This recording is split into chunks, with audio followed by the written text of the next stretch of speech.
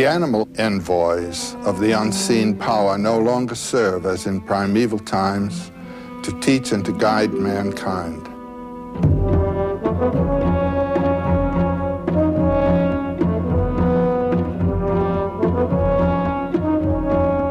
Bears, lions, elephants, and gazelles are in cages in our zoos.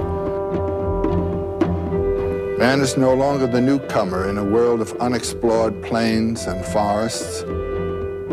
And our immediate neighbors are not wild beasts, but other human beings contending for goods and space on a planet that is whirling without end around the fireball of a star.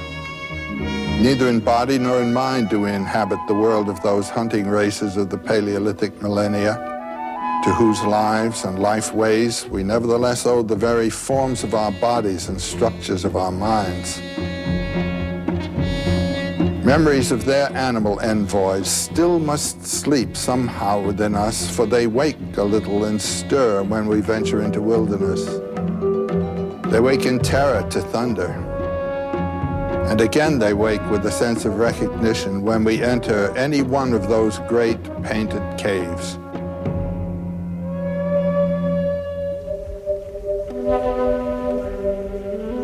Whatever the inward darkness may have been to which the shamans of those caves descended in their trances, the same must lie within ourselves, nightly visited in sleep.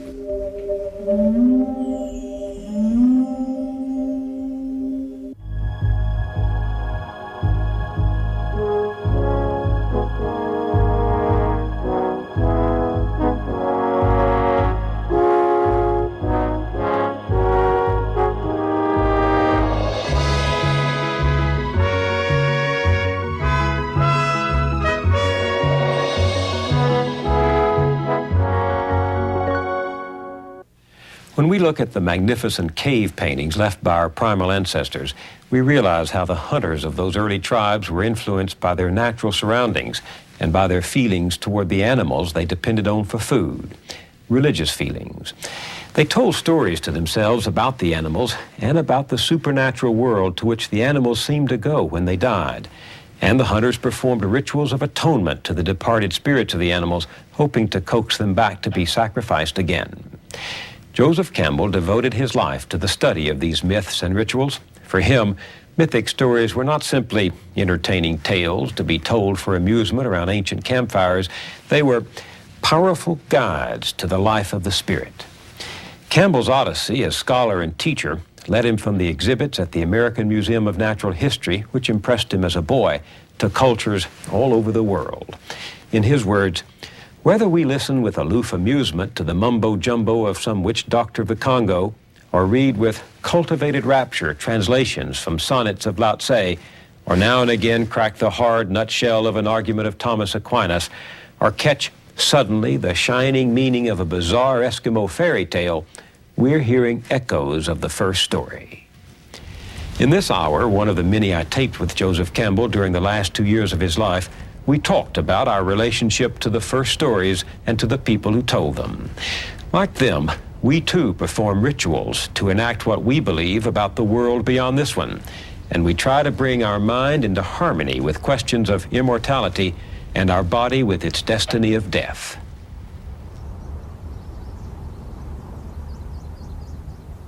What do you think our souls owe to ancient myths? Well, the ancient myths were designed to put the mind, the mental system, into accord with this body system, with this inheritance a harmony of the body, to harmonize. The mind can ramble off in strange ways and want things that the body does not want. And the myths and rites were a means to put the mind in accord with the body and the way of life in accord with the way that nature dictates. So in a way, these old stories live in us. They do indeed. And the stages of a human development are the same today as they were in the ancient times. And the problem of a child brought up in a world of discipline, of obedience, and of his dependency on others has to be transcended when one comes to maturity, so that you are living now not in dependency, but with self-responsible authority. And the problem of the transition from childhood to maturity, and then from maturity and full capacity to losing those powers and acquiescing in the natural course of, you might say, the autumn time of life and the passage away.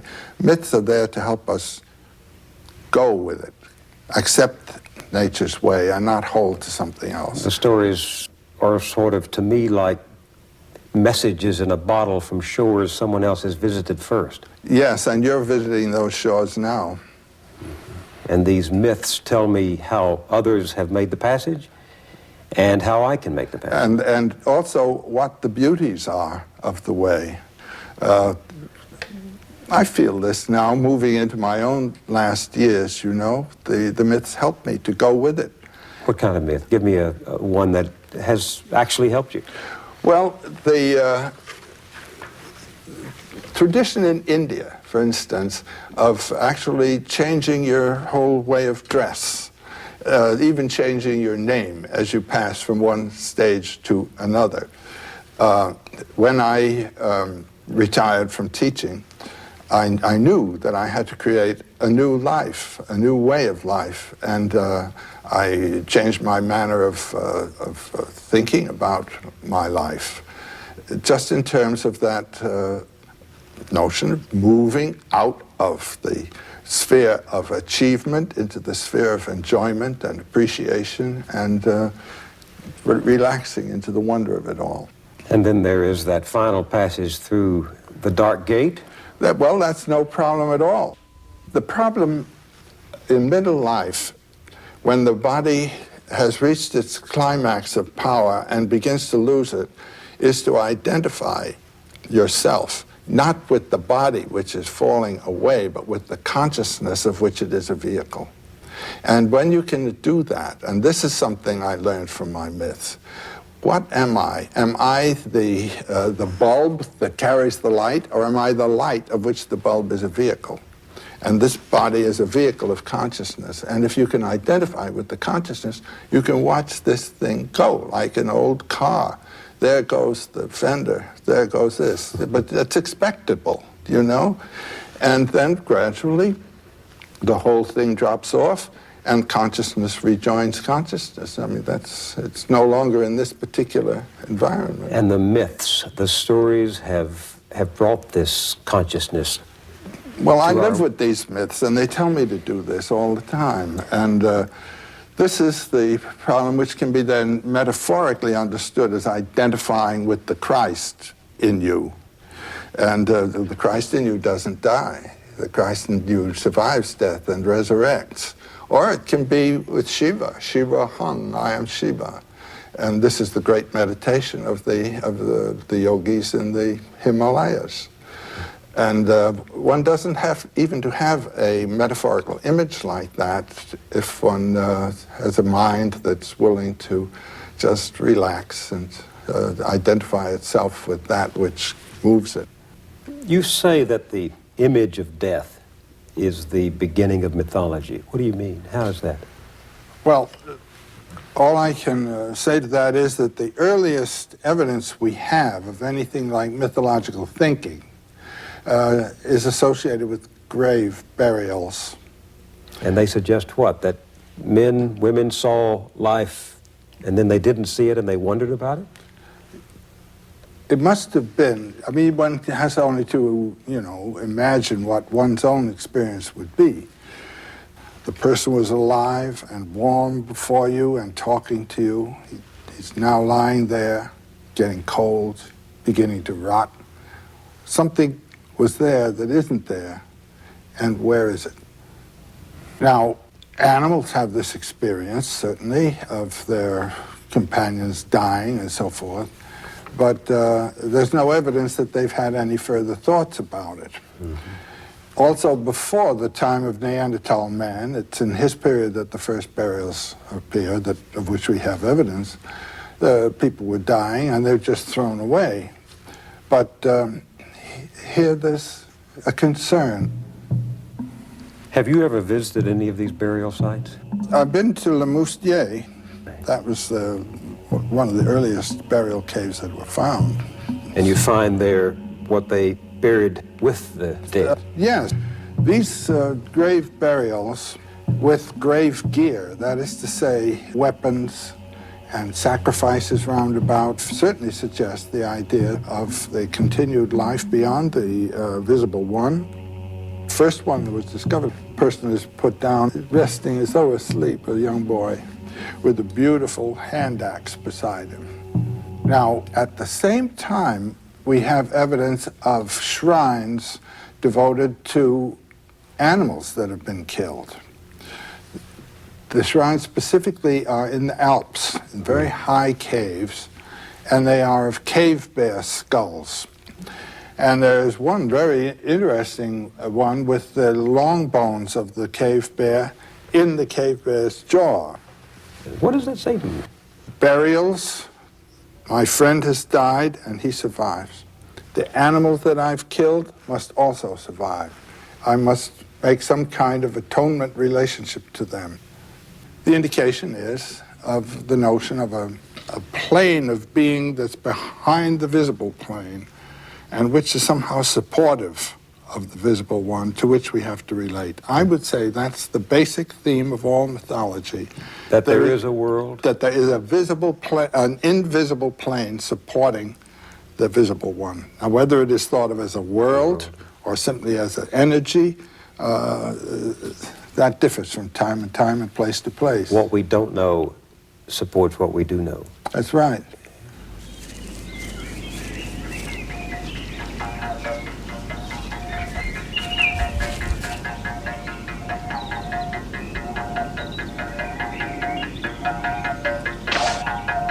The basic hunting myth, I would say, is of a kind of covenant between the animal world and the human world, where the animal gives its life willingly.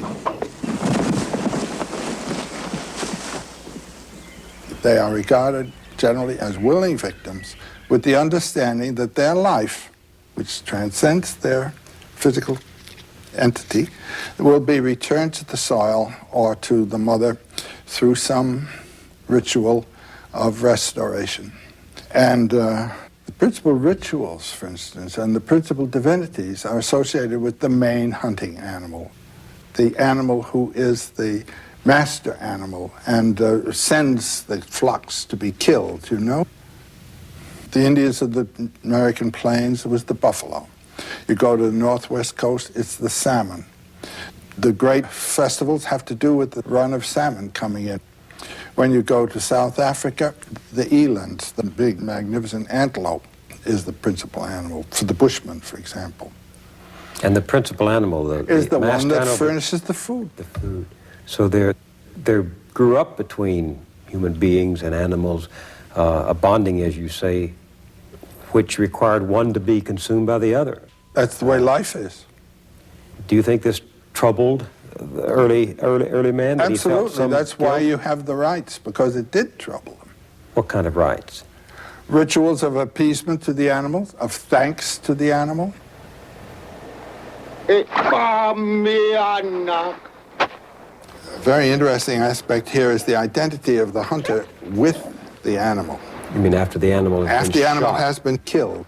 The hunter then has to fulfill certain rites in a kind of participation mystique, a mystic participation with the animals whose death he has brought about and whose meat is to become his life. So the killing is not simply slaughter. At any rate, it's a ritual act. It's a recognition of your dependency and of the voluntary giving of this food to you by the animal who has given it. It's a beautiful thing. It turns life into a mythological experience. The hunt becomes what? It becomes a ritual.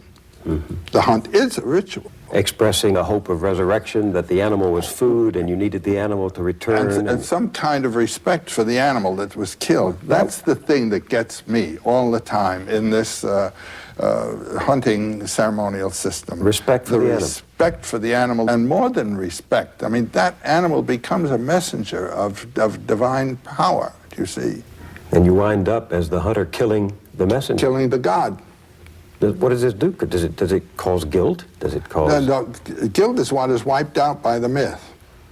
It is not a personal act. You are performing the work of nature.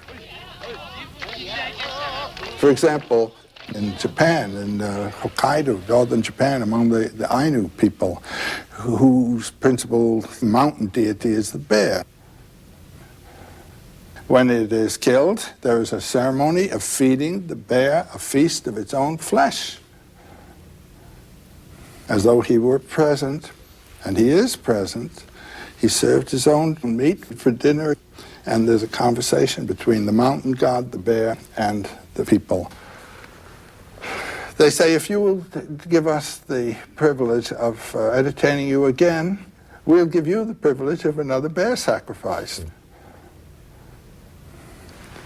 If the cave bear were not appeased, the animals wouldn't appear, and these primitive hunters would starve to death. So they began to perceive some kind of power on which they were dependent greater than their own.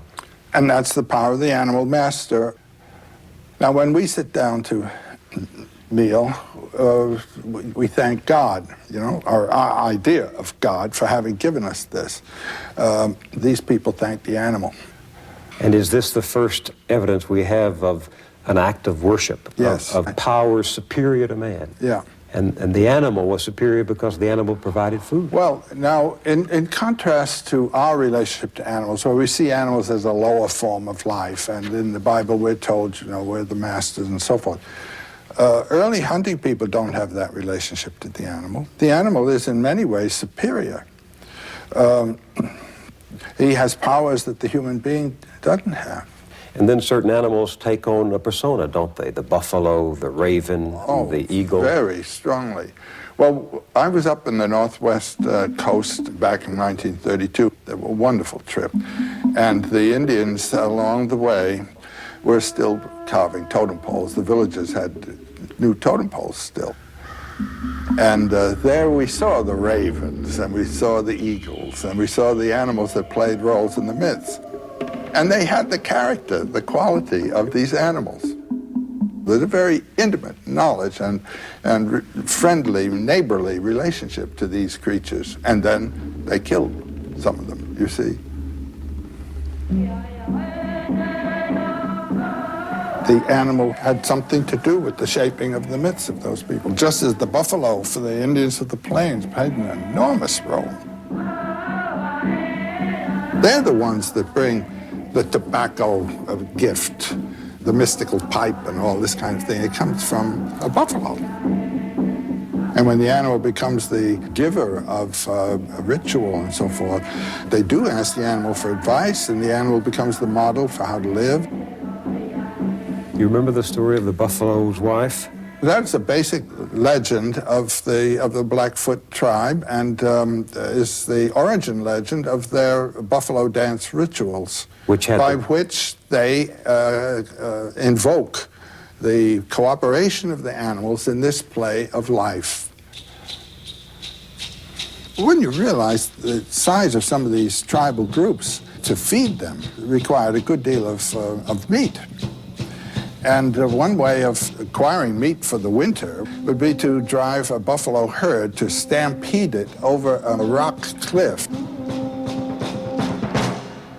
Well, this story is of a Blackfoot tribe long ago, and they couldn't get the buffalo to go over the cliff. The buffalo would approach the cliff and then turn aside. So it looked as though they weren't going to have any meat for that winter. Well, the daughter of one of the houses, getting up early in the morning to draw the water for the family and so forth, looks up, and there, right above the cliff, were the buffalo. And she said, "Oh, if you'd only come over, I'd marry one of you." And to her surprise, they all began coming over. That was surprise number one. Surprise number two was when one of the old buffaloes, the shaman of the herd, comes and says, "All right, girlie, off we go." Oh, no, she says. Oh, yes, he said, you made your promise. We've kept our side of the bargain. Look at all my relatives here, dead. Off we go. Well, the family gets up in the morning and they look around and where's Minnehaha, you know? With the father, you know how Indians are, he looked around, he said, she's run off with a buffalo. He could see by the footsteps. So he says, oh, I'm going to get her back. So puts on his walking moccasins, bow and arrow and so forth, and goes out over the plains. He's gone quite a distance when he feels he better sit down and rest. And he comes to a place that's called a buffalo wallow, where the buffalo like to come and roll around and get the lice off and roll around in the mud. So he sits down there and is thinking what he should do now, when along comes a magpie. Now, it's a beautiful flashing bird, and it's one of those clever birds that has shamanic qualities. Magical qualities. Magical. And the man says to him, oh, beautiful bird, he said, my daughter ran away with a buffalo. Have you seen, or would you hunt around and see if you can find her out on the plain somewhere? And the magpie says, well, there's a lovely girl with the buffaloes right now over there, just a bit away.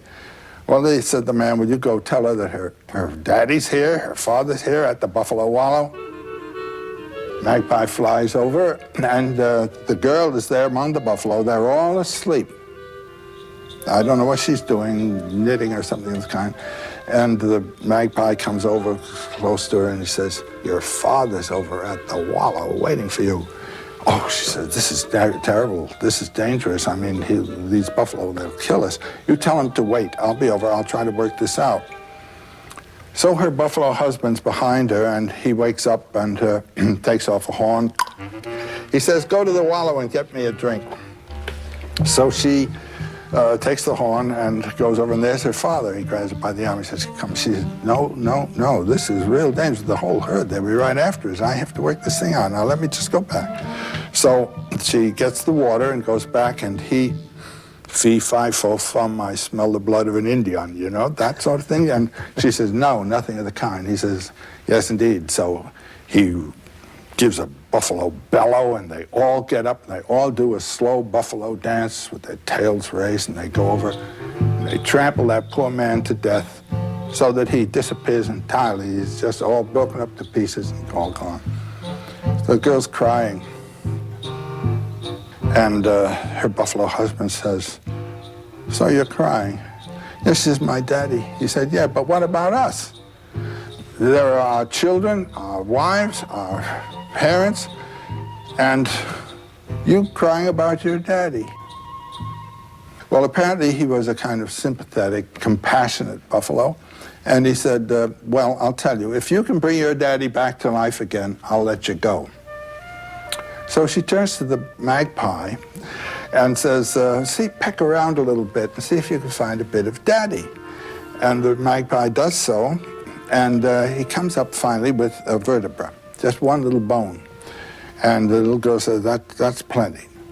Now, we put this down on the ground, and she puts her blanket over it, and she sings a revivifying song, a magical song with great power.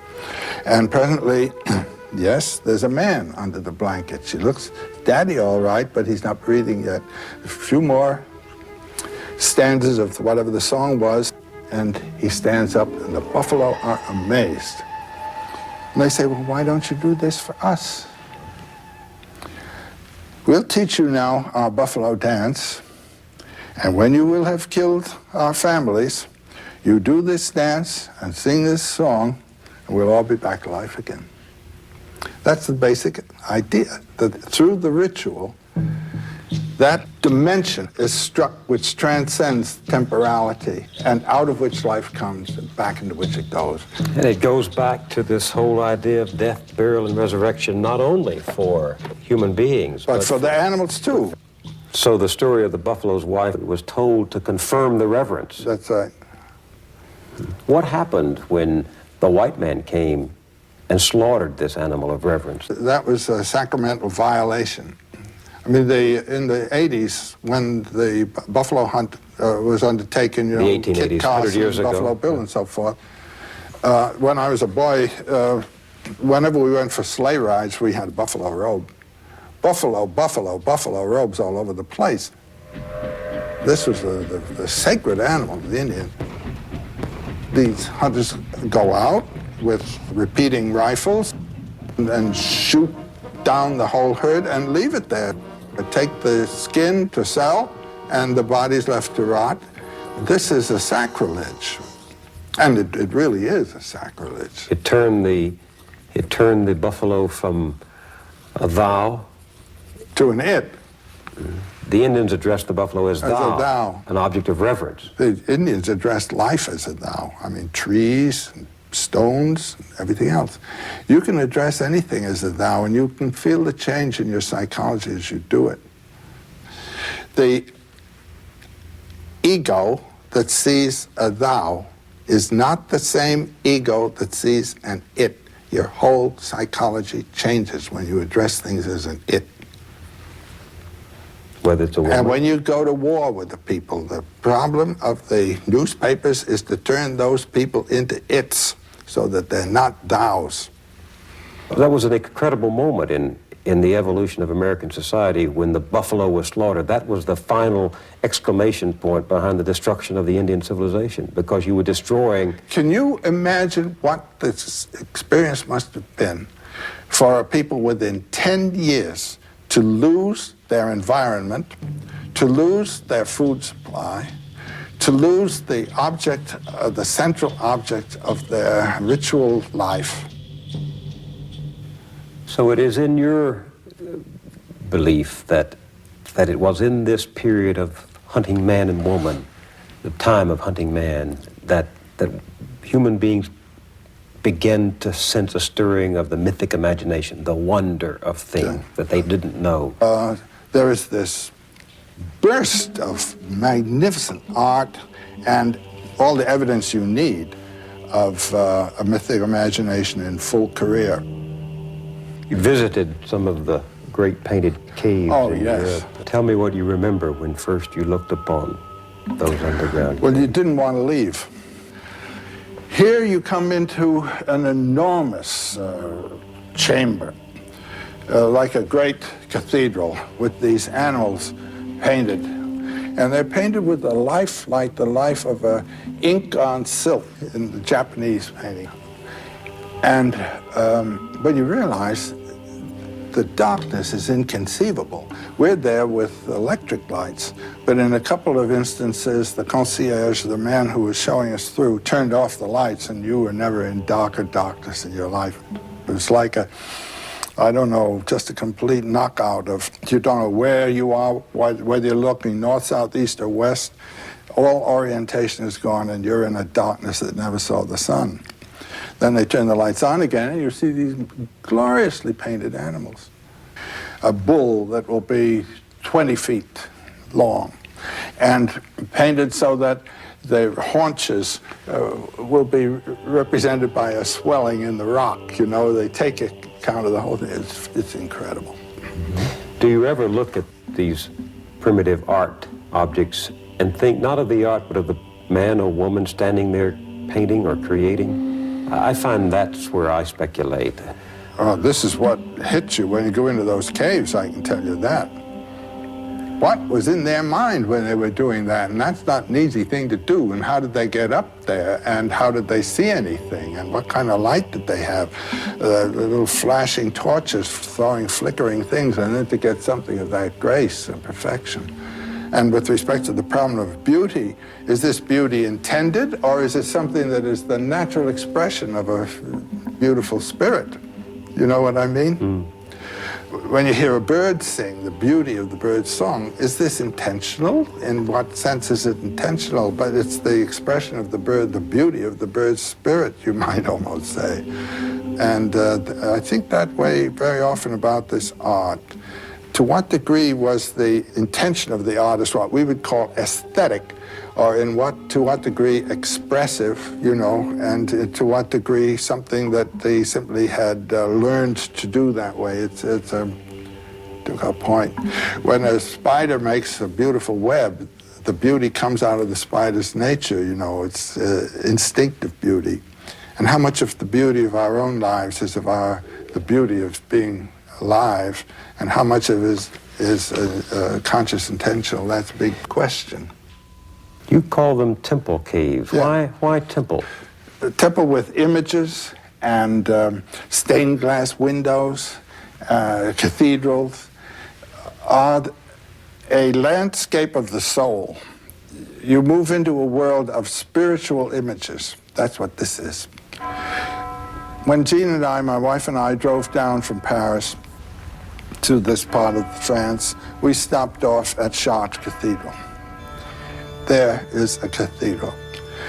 When you walk into the cathedral, it's the mother womb of your spiritual life. Mother Church. All the forms around are significant of spiritual values. And the imagery is in anthropomorphic form. God and Jesus and the saints and all in human form. Human form. Then we went down to Lascaux. The images were in animal form. The form is secondary. The message is what's important here. And the message of the cave? The message of the cave is of a relationship of time to eternal powers that is somehow to be experienced in that place. Now, I tell you, when you're down in those caves, it's a strange transformation of consciousness you have. You feel this is the womb. This is the place from which life comes. And that world up there in the sun with all those feet, that's a secondary world. This is primary. I mean, this just overcomes you. You had that feeling when you were there? I had it every time. Now, what were these caves used for? Yeah. The speculations that are most common of scholars interested in this is that they had to do with the initiation of boys into the hunt. You go in there, it's dangerous. It's very dangerous. It's completely dark. It's cold and dank. You're banging your head on projections all the time. And it was a place of fear. And the boys were to overcome all that and go into the womb of the earth. And the shaman or whoever it was that would be helping you through would not be making it easy. And then there was a release once you got into that vast torchlit chamber down there. What was the tribe? What was the tradition trying to say to the boy? That is the womb land from which all the animals come. Nice. And the rituals down there have to do with the generation of a situation that will be propitious for the hunt. And the boys were to learn not only to hunt, but how to respect the animals and what rituals to perform, and how in their own lives, no longer to be little boys, but to be men. Because those hunts were very, very dangerous hunts, believe me. And these are the original men's right sanctuaries where the boys became no longer their mother's sons, but their father's sons. Don't you wonder what effect this had on a boy? Well, you can go through it today, actually, in cultures that are still having the initiations of young boys. They give them an ordeal, a terrifying ordeal that the youngster has to survive, makes a man of him, you know. What would happen to me as a child if I went through one of these rites, as far as Well, we know what they do in Australia. And when a boy gets to be, you know, a little bit ungovernable, one fine day, the men come in, and they're naked except for stripes of white down that have been stuck on their bodies in stripes with their men's blood. They use their own blood for gluing this on. And they're swinging the bull roarers, which are the voice of the spirits, and they come as spirits. The boy will try to take refuge with his mother. She'll pretend to try to protect him. The men just take him away, and mother's no good from then on, you see. He's no longer a little boy. He's in the men's group, and then they put him really through an ordeal. These are the rites, you know, of circumcision, subincision, and the whole purpose is to turn him into a member of the tribe. And a hunter. And a hunter. Because that was the way of life. Yeah, but most important is to live according to the needs and values of that tribe. He is initiated in a short period of time into the whole culture context of his people. So myth relates directly to ceremony and tribal ritual, and the absence of myth can mean the end of ritual. A ritual is the enactment of a myth. By participating in a ritual, you are participating in a myth. And what does it mean, you think, to young boys today that we're absent these myths? Well, the confirmation ritual is the counterpart today of these rites. As a little Catholic boy, you choose your confirmed name, the name you're going to be confirmed by, and you go up. But instead of having them scarify you and knock your teeth out and all, the bishop gives you a mild slap on the cheek. It's been reduced to that. Nothing's happened to you. The Jewish counterpart is the bar mitzvah. Mm-hmm. And whether it works actually to affect a psychological transformation, I suppose will depend on the individual case. There was no problem in these old days. The boy came out with a different body, and he'd gone through something. What about the female? I mean, most of the figures in the temple caves are male. Was this a kind of secret society for males only? It wasn't a secret society. It was that the boys had to go through it. Now, we don't know exactly what happens with the female in this period because we have very little evidence to tell us. In primary cultures today, the girl becomes a woman with her first menstruation. It happens to her. I mean, nature does it to her. And so she has undergone the transformation.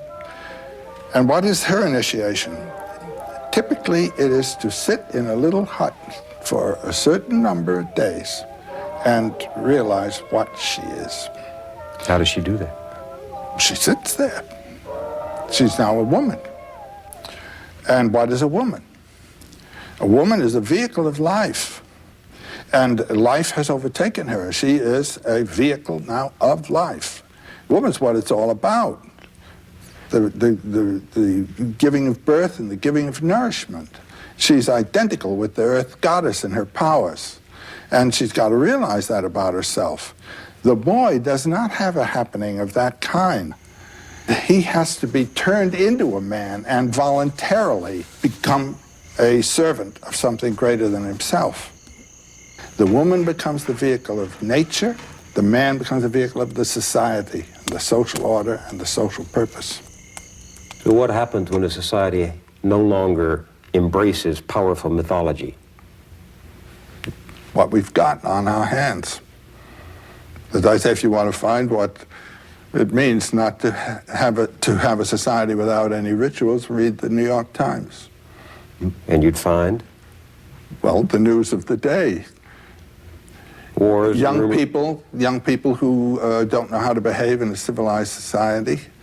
I imagine 50% of the crime is by young people in their 20s and early 30s that just behave like barbarians.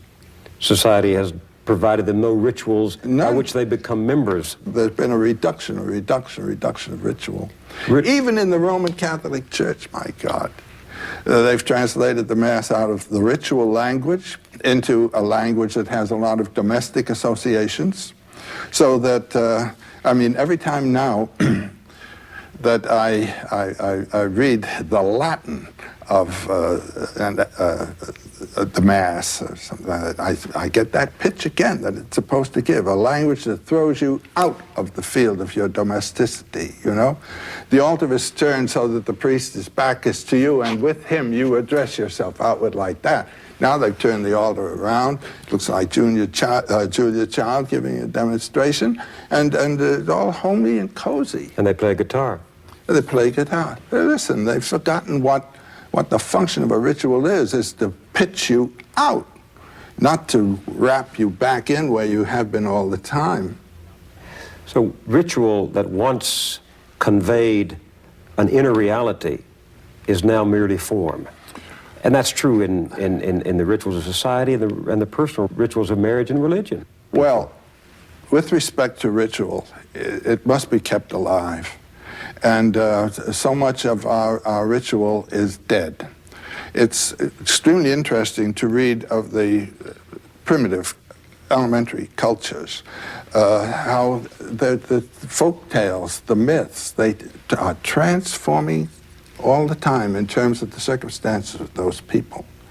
People move from an area where, let's say, the vegetation is the main support, out into the plains. Most of our plains Indians in the period of the horse riding Indians, you know, had originally been of the Mississippian culture along the Mississippi in settled dwelling towns and agriculturally based villages.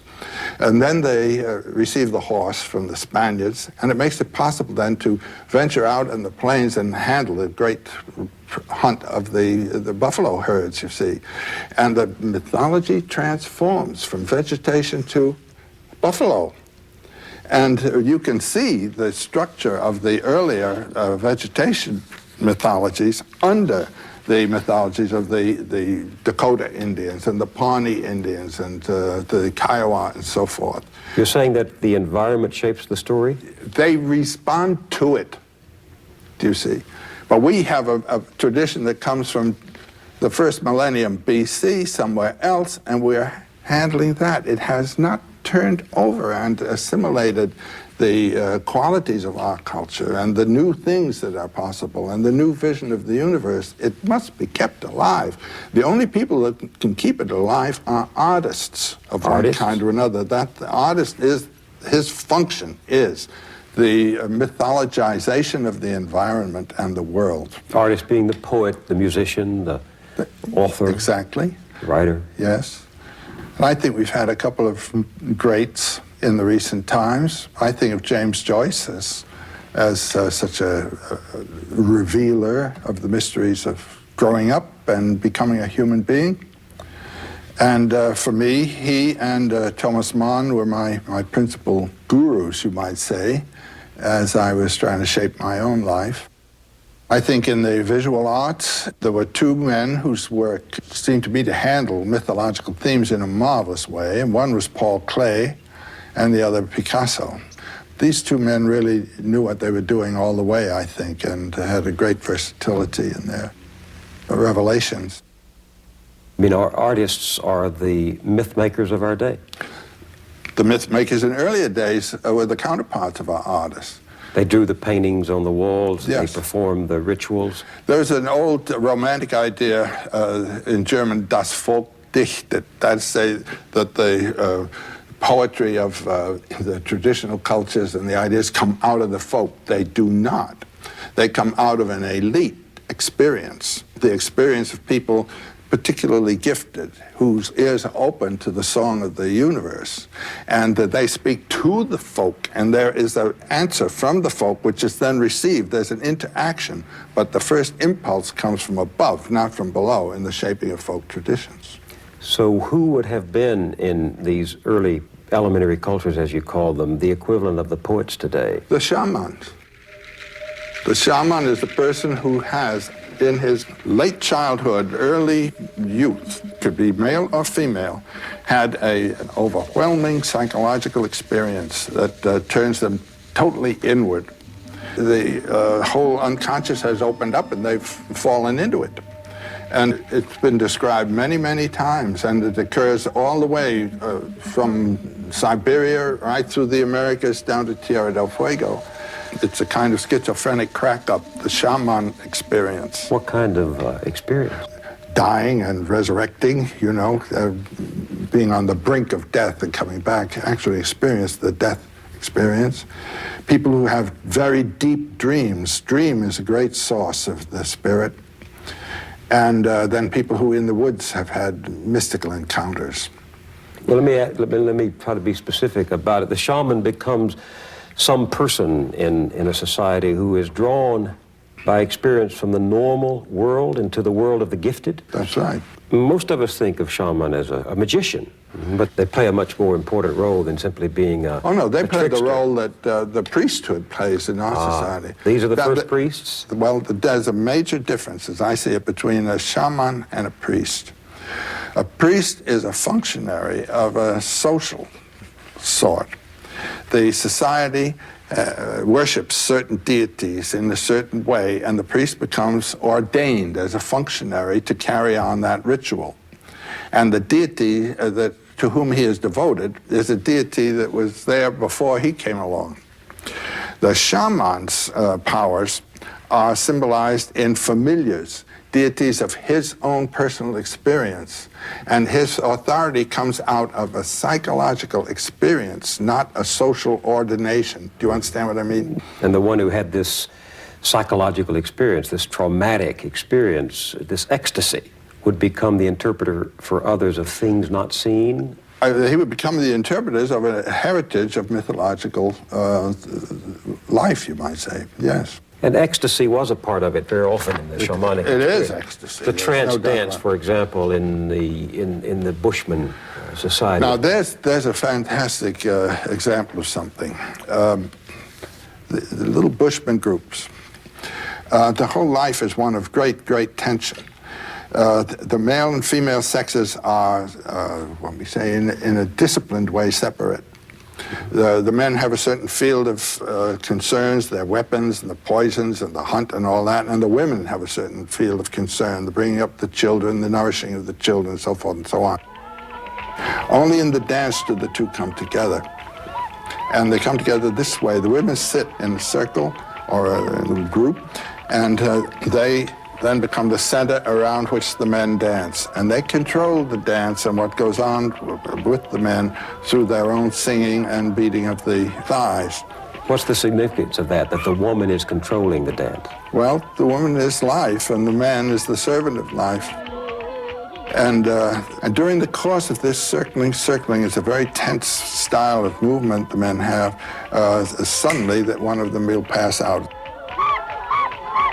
He's entranced now, and this is a description of an experience. When people sing, I dance.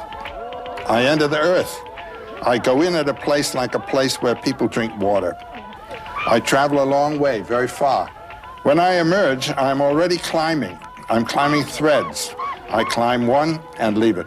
Then I climb another one, then I leave it, and I climb another. When you arrive at God's place, you make yourself small. You come in small to God's place. You do what you have to do there. Then you return to where everyone is. You come and come and come, and finally you enter your body again. All the people who have stayed behind are waiting for you. They fear you. You enter the earth, and you return to enter the skin of your body. And you say, that is the sound of your return to your body. Then you begin to sing. The Utum masters are there around. They take hold of your head and blow about the sides of your face. This is how you manage to be alive again. Friends, if they don't do that to you, you die. You just die and are dead. Friends, this is what it does, this Ntum that I do, this Ntum here that I dance.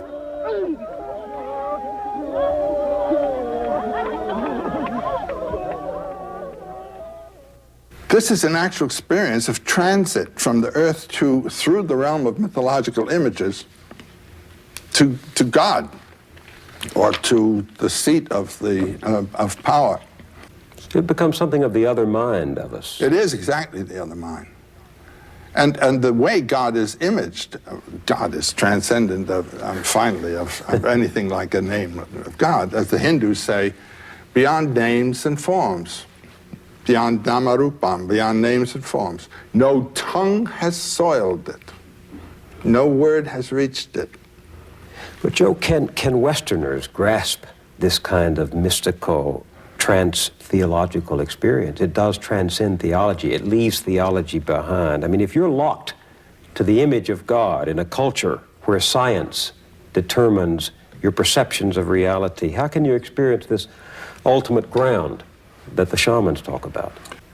The best example I know in our literature is that beautiful book by John Neihart called Black Elk Speaks.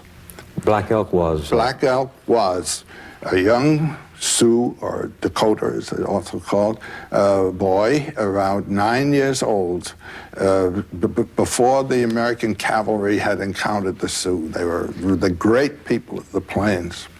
And this boy became sick. His psychologically sick, his family. I'm telling the typical shaman story.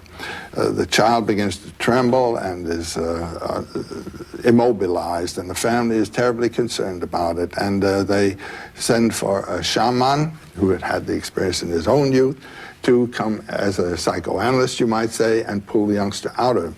But instead of relieving him of the deities, he is adapting him to the deities and the deities to himself, you might say. It's a different problem from that of psychoanalysis, where you remember, I think it was Nietzsche who said, "Be careful lest in casting out your devil, you cast out the best thing that's in you." Here, the deities who have been encountered, the powers, let's call them, are retained. The connection is retained. It's not broken. And these men then become the spiritual advisors and gift givers of their people. Well, what happened with this young boy, he was about 9 years old, was he had a vision, and the vision is described, and it's a vision prophetic of the terrible future that his tribe was to have. But it also spoke of the possible positive aspects of it. It was a vision of what he called the hoop of his nation, realizing that it was one of many hoops, which is something that we haven't all learned well enough yet. And the cooperation of all the hoops of all the nations in grand processions and so forth. But more than that, it was an experience of himself as going through the realms of spiritual imagery that were of his culture and assimilating their import. And it comes to one great statement, which for me is a key statement to the understanding of myth and symbols. He says, "I saw myself on the central mountain of the world, the highest place. And I had a vision because I was seeing in a sacred manner of the world. And the sacred central mountain was Harney Peak in South Dakota." And then he says, "But the central mountain is everywhere." That is a real mythological realization. Why? It distinguishes between the local cult image, Harney Peak, and its connotation, the center of the world. The center of the world is the hub of the universe, axis mundi, the central point, pole star around which all revolves. The central point of the world is the point where stillness and movement are together. Movement is time, stillness is eternity, realizing the relationship of the temporal moment to the eternal, not moment, but forever, is the sense of life. Realizing how this moment in your life is actually a moment of eternity, and the experience of the eternal aspect of what you're doing in the temporal experience is the mythological experience, and he had it. So is the central mountain of the world Jerusalem, Rome, Benares, Lhasa, Mexico City, Mexico City, Jerusalem is symbolic of a spiritual principle as the center of the world. So this little Indian was saying there is a shining point where all lines intersect? That's exactly what he said. He was saying God has no circumference? God is an intelligible sphere, that is to say, a sphere known to the mind, not to the senses, whose center is everywhere and circumference nowhere. And the center, Bill, is right where you're sitting. And the other one is right where I'm sitting. And each of us is a manifestation of that mystery.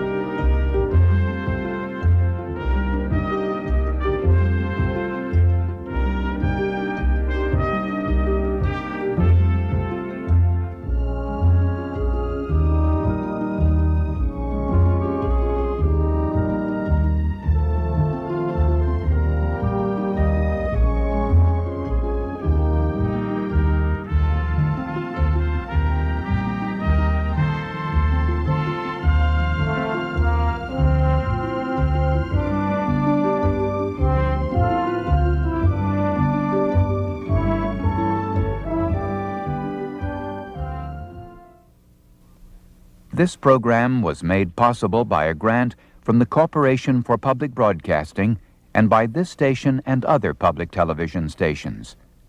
Additional funding was provided by the John D. and Catherine T. MacArthur Foundation.